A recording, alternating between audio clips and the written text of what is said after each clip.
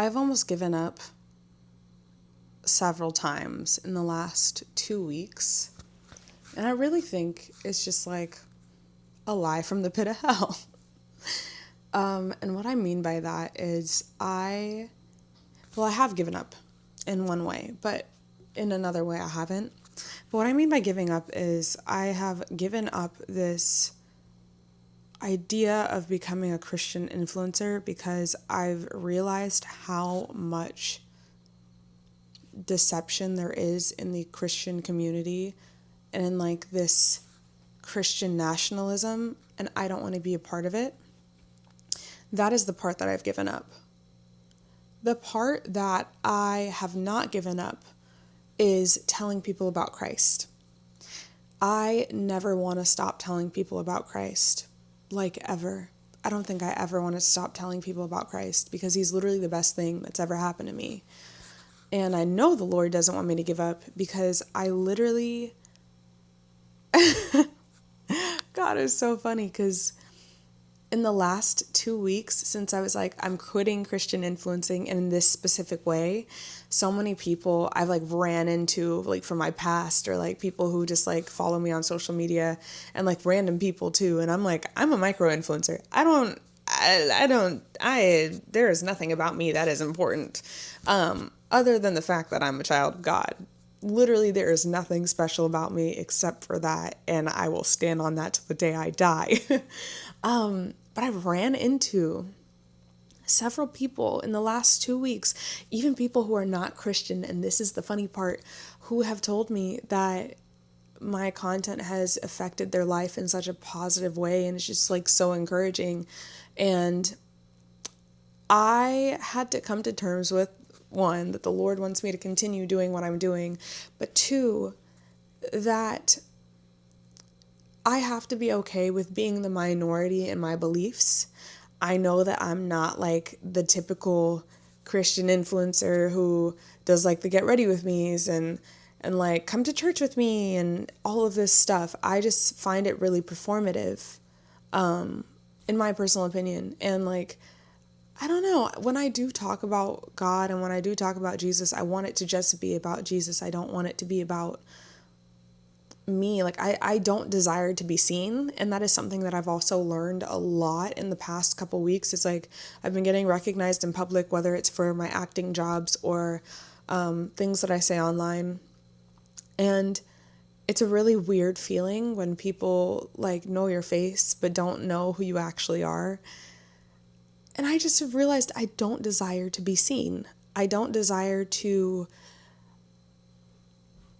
be put on a pedestal. I think like in this body and in this form, I don't desire to be desired, if that makes sense. And that is something that I've been grappling with. And I don't necessarily want the life that I have to be desired either. I think why I'm here is really to be the pointer, not the point.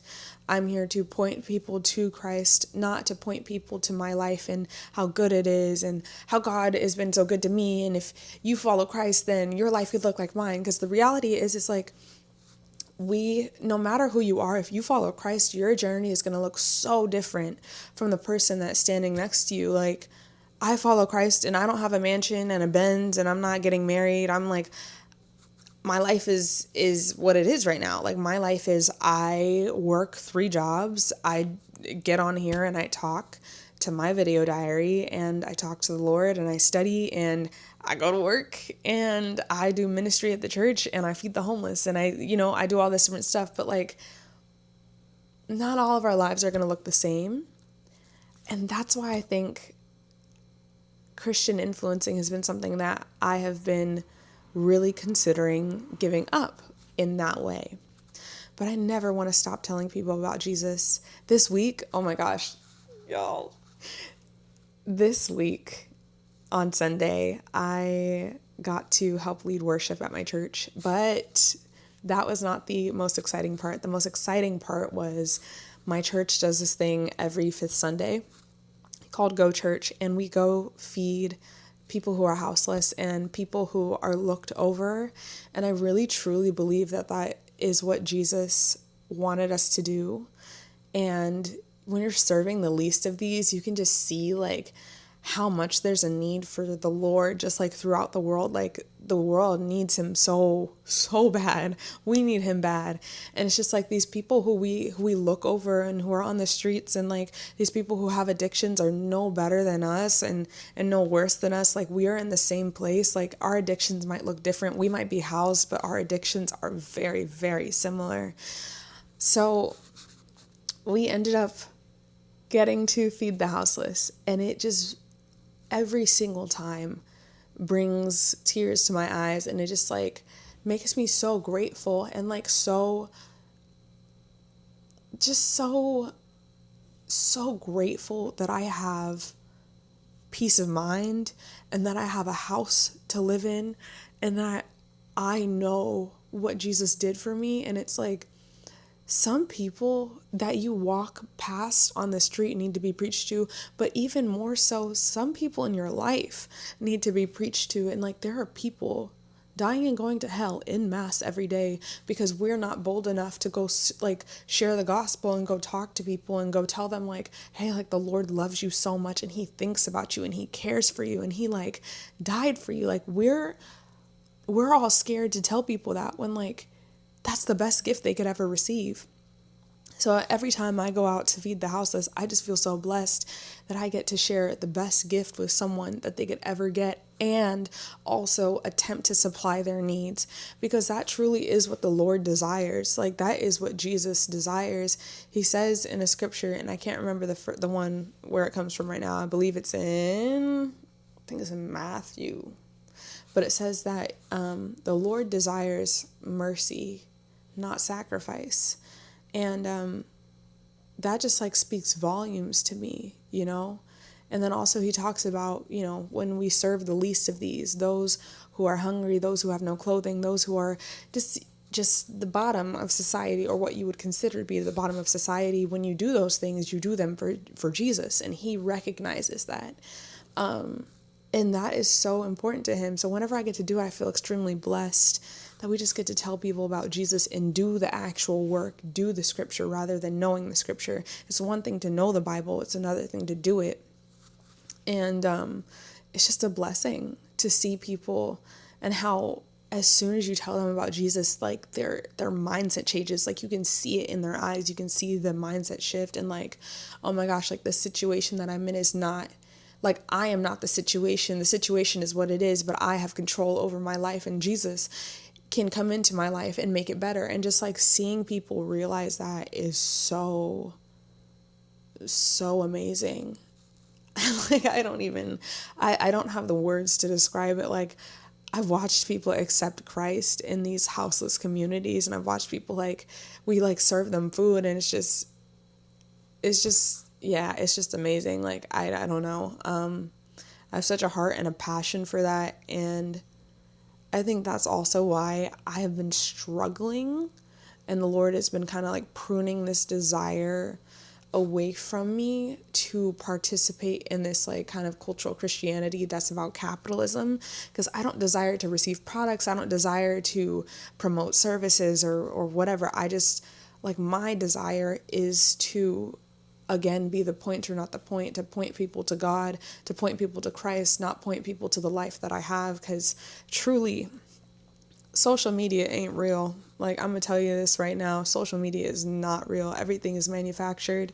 And I was talking about this on TikTok today, but literally the internet, when you think about it, the internet is a whole bunch of servers. And I was researching the internet today. I was like, what is the internet? Like, what is it? Have you ever thought about that? Like, what is the internet? The internet is a bunch of servers that pass data around, like that share data. It's sharing data between point to point. And the data that is being shared is data that we are willingly giving up and putting on the internet. It's just wild to me. Like the internet is not a real place. Like what is data? Data like this, it doesn't make any sense why this entity has so much control over our life. And I have been like de-influencing myself from being on the internet so much and being on social media so much, because so much of it is manufactured, like all these brand sponsorships and like people telling you to go eat green powder. It's like, go get some kale from the store. So I've just been like de-influencing myself and telling myself like, hey, you don't need the next biggest trend. Like, you have enough. There's a saying that I heard a long time ago that says gratitude turns what you have into enough. And it's so true. Like, I have enough. I have a house. I have a car. I have breath in my lungs. I have sanity. I have everything I could ever need. I have Jesus. I literally have everything I could ever need. And so, like, I don't need a Bugatti. I don't need the new Lambo. I don't need any of that stuff. I don't need the newest clothes. I don't need any of that. Like, even when it comes to like Christian brands and Christian clothing and like all this different stuff, like, that's really cool, and I'm not knocking what they're doing. I just like, I find myself going like, I don't need it. Like, a light doesn't have to say that it's light, it just is. Like, I don't have to tell people I'm a Christian. I just show them that I am. You don't need to tell people, and you don't need to like write it all over the walls that that you're a Christian. Like, people should just be able to tell. People should be able to see in your heart and see from how you treat others and the kindness and the fruits of the Spirit that you are a Christian. And so, like, in my life, and I'm sure I'm gonna look back at this in a year and go, dang, I'm a lot better than I was back then. But I'm really, right now, like, my goal is to cultivate the fruits of the Spirit and just cultivate like just a new, refreshed, present version of myself. And not versions, like, I feel like we like diminish who we are, who we're becoming, into like these versions of ourselves. But the reality is, it's like, it's not a version of you. It's just you growing and evolving into the person that you want to be, and into new mindsets and just new life. And so my prayer lately has just been, I want to be renewed. I want to be present. I just want to be present. And I think that's the thing with social media and me getting off of it, is like, our society is so not present at all. I was watching this girl on TikTok, and like, me saying we should be present, and I go, I'm watching this girl on TikTok, LOL. I was watching this girl on TikTok, and she was reading a tweet, and the tweet said, 15 years ago, the internet was an escape from reality, and now reality is an escape from the internet. And that, I've been talking about that with everyone in my family and everyone in my life for like 3 weeks, because it's just so astounding to me that we're like so not present. And like, we walk into a room and everyone's on their phones, and instead of going to make conversation and taking people out of the phone and making them present, we jump on our phones in an effort to be like busy, so it seems like we're like tapped into this thing, this place called the internet. But in reality, we're just like missing real life. Like, if the internet went down, what would we be doing? Like, you wouldn't be on YouTube right now. You wouldn't be on Snapchat, Instagram, TikTok, whatever. You wouldn't be on the internet. What would you do? Like, life doesn't happen on a screen. Life happens here, like in real life, like in real time. And life happens when you make experiences, and when you talk to people, and when you learn new things. And we're just missing that. We're missing the mark as a generation, and just like now as a culture and a society. Like, no one reads anymore. Like, the last time, I mean, I know the last time I read a book, because I'm reading right now. I read all the time. But so many people do not read. And I heard something about the average reading level in the US is like a 6th grade reading level, which is crazy. Like, 6th grade for me was, I don't know, definitely more than 10 years ago, for sure. That's wild to me. Like, thinking about people haven't read in like 10 or so years, or like they only understand things at the age of like, what's 6th grade? 6th grade's like 10, 11. Like, when you were 10 or 11, like, think about that. people are only reading at a 10, 11-year-old level. What? Anyway, I'm just getting back to real life. I've been getting back to real life and real experiences and books, and just like even through videography, which is my personal business, and cinematography, just like capturing real life. I think there's something so beautiful about video, just being able to capture experiences and the beauty that the earth has and the beauty that God has created. It's like right in front of us. Even just looking at another human being, like looking in someone's eyes, like our eyes are so complex. Like I was looking at my dad today and I was like, oh my gosh, like the Native American that we have in our family, like I can see it in your face. Like I can see the Native American features in your face. And I just had never like stopped to look at that. And if I was on my phone, I would have never sat there and like looked him in his eyes and just like took in who he was and what he was saying and like how he was experiencing life. I'm like Loki getting emotional. That's so special. Like that's so special.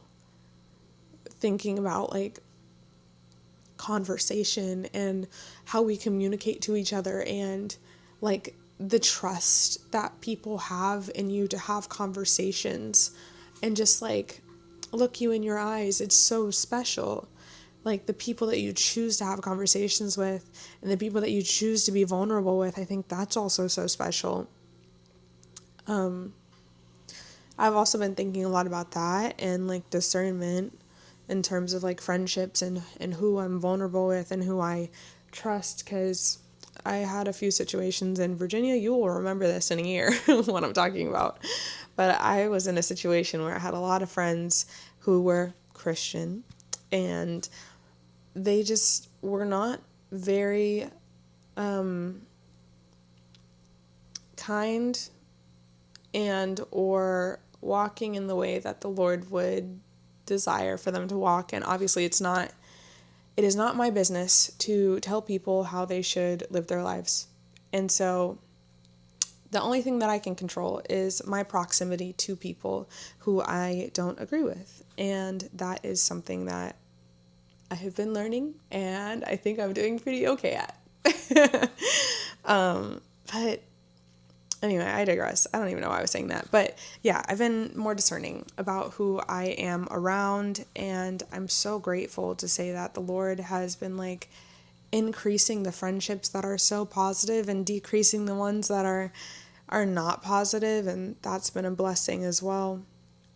Trying to think what else is going on in my life. I've been doing a lot of videography gigs, which has been amazing and awesome. And I'm honestly so grateful that I get to pick up a camera and like shoot stuff. I'm looking at it right now. That's why I keep looking over there. I just am so, so grateful. I have been feeling kind of like behind recently in life, but I know that that's also a lie from the pit of hell, because like everyone has their own path and their own journey, and I don't need to be where someone else is. I also heard this saying recently that comparison is the thief of joy, but it's not only the thief of joy. You could be comparing your situation where God has you to someone else's situation where the devil has them. I said, clocked me so hard in the face. I said, never mind, I don't want it. I don't want what you got. So I've just been focusing on my life, and I think that's helped me get out of that kind of mindset of like me being behind, because there is no such thing as behind. Like we only feel behind because we're constantly looking at other people's lives, and that is also the issue with social media. We're looking at this reality of what is supposed to be desired for your life. And it's like, not everyone's life looks the same. Not everyone has the same financial standing. Not everyone was born into the same situation. Like I was born in the States. There are other people who are born in other countries that don't have access to the things that I was given access to. Like it is a privilege. It is a privilege to be where I am. And I am grateful for the life that I have. And that is what I've been reminding myself of recently. The other thing that I have been de-influencing myself from lately is my hair does not need to be perfect all the time. And this sounds really strange, but I feel like society has trained Black women into desiring other textures that are not their own. And the only reason we think that our natural hair isn't desirable is literally because we are trying to get it to behave like a texture that it is not. Like, my hair is not straight. My hair is also not 4C. I think that's the right term. Yeah, I don't have 4C hair. So if I want a style that a person with 4C hair does, my hair doesn't do that. If I want to straighten my hair also doesn't do that. So a lot of people think that their hair isn't manageable because they're trying to manipulate it into behaving like a different texture, which it's not. And I've also been like de-influencing myself from thinking like that my hair needs to be perfect all the time, because the reality is that my hair gets frizzy. And like, that's just what it does. It gets frizzy. Like, there's no way around it. Like, I either moisturize it or like it gets frizzy. It goes in a protective hairstyle, and even that gets frizzy. Like, I just had these Marley twists in for like 4 weeks, I want to say, which is crazy because I've never had a protective style stay in that long. And I learned my lesson and my reason why. Note to self: Marley twist make your hair lock, Virginia, so don't do it for 4 weeks again, even though they were so cute and you loved them and they were frizzy and amazing. Anyway, I just had them in Marley twists, and like my roots, you know, you get braids or twists or whatever and they get frizzy. That started happening, and the impulse that I was having over and over again was to like untwist them and retwist them, or like try to get gel and make them like slick and perfect. But like, our hair doesn't naturally do that. So I don't know when we started thinking that our hair was supposed to stay slick or that we were supposed to do any of that. Like, that is not how our natural hair works as Black women. Like, anyway, I just have realized that like I have a lot of reconditioning to do. Not unconditioning, because you can't uncondition your mind, but you can recondition it to think different things. I have a lot of reconditioning to do in terms of my identity as a Black woman, and also just like as someone who struggles just with like identity in terms of like racial identity. I have a lot of reconditioning to do because this country has trained Black women to think that they're undesirable in their natural state, which is not the truth at all. Like, is not the truth at all, one bit. Like, oh my gosh, sorry, this is a whole rant. Like, I could go on forever about this, but I've just been doing like more natural hairstyles that require less manipulation, or even like I just did these twists and I'm gonna do them again, because these twists, I didn't part any part of my hair. I literally just grabbed a section and then just started twisting, grabbed a new section, started twisting, grabbed a new one, started twisting. And it made me realize we're like so attached to parts and everything being straight and like organized and whatever. And like, that's cool. I'm not knocking it because it looks amazing, and like 10 out of 10 would do because it eats down. But it doesn't mean that this also doesn't eat down. Do you know what I mean? Like, my hair's not parted, but that doesn't mean that it's not, or that doesn't mean that it's raggedy. My hair is not parted, but that does not mean that it's not pretty. You know? I don't know. That's just like what I've been discovering. And I've just been letting my hair do what it wants, which has been really healing for me, I think, too. This feels like a therapy session. Side note. Anyway, yeah, note to self. I will end that tangent on just note to self. Don't keep your Marley twists in for 4 weeks, because your hair will start to lock, and you're going to have to spend like a couple hours combing them out, and that's not fun. You don't want to do that. So Virginia, just don't do that again. But they're really cute though, so get them again, but just not for 4 weeks.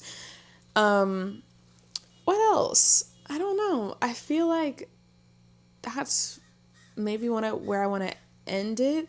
I think the only other thing I have to say is that my heart is still very grieved for the state of the world, and I wish that, and I pray for other Christians and just people who have influence, that they would also be grieved by the state of the world, because truly, like, it is so sad what is happening to people in the US, and like there are literal concentration camps being built, and like I think a lot of people will be like, oh no, they're not concentration camps, they're just this, that, and that. But when you really come down to it, like, they're concentration camps. The things that are being done to these people, it is very unfortunate and sad, and it is also a sad reality to say that a lot of people voted for that.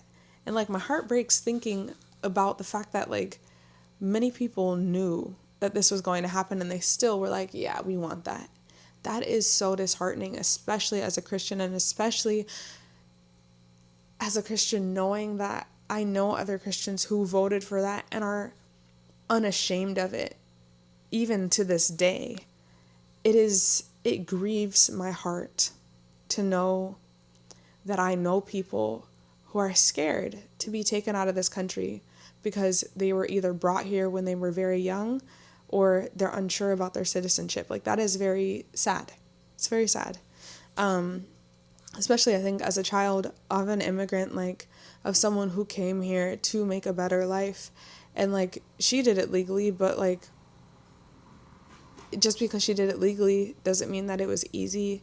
And also, like, at any time she could have been denied citizenship. So I feel like I have a big heart for people who immigrate here or just immigrate anywhere, because it's difficult, number one.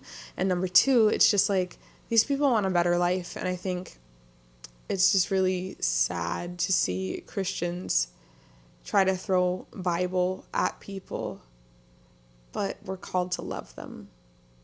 So that's been disheartening. Just everything going on in the Middle East as well, like, that's been very disheartening as well. But on the other hand, and on the other side of it, it just makes me more motivated to share the gospel, because literally everything in Revelations has to do with when the Middle East just like gets set off. And so I feel more motivated, I think, to share the gospel, but my heart grieves for people who are in those situations or are worried about those situations and have lost focus on God. It's just very sad.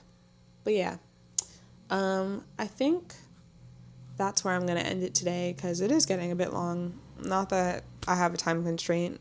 It's my video diary, so I get to say what I want, because this is my little corner of the internet. But anyway, yeah, I think that's it. What day is it today? So I can, it's July 2nd. So, yeah. Oh, wait. Okay. The only other thing I have to say is I just booked a really exciting project, and I can't talk about it because I'm under NDA. But I just booked a really exciting project, and I almost didn't go to the audition because I was feeling inadequate. And I never, ever, ever want to stop myself whenever I feel inadequate ever again. Because the things that are for you are going to be for you. And God will go before you in the room, and He will set it up for you. Truly. And I think that's where I'm going to end it, because God is good. But yeah, no more inadequacy, especially if you are fully capable. That's it.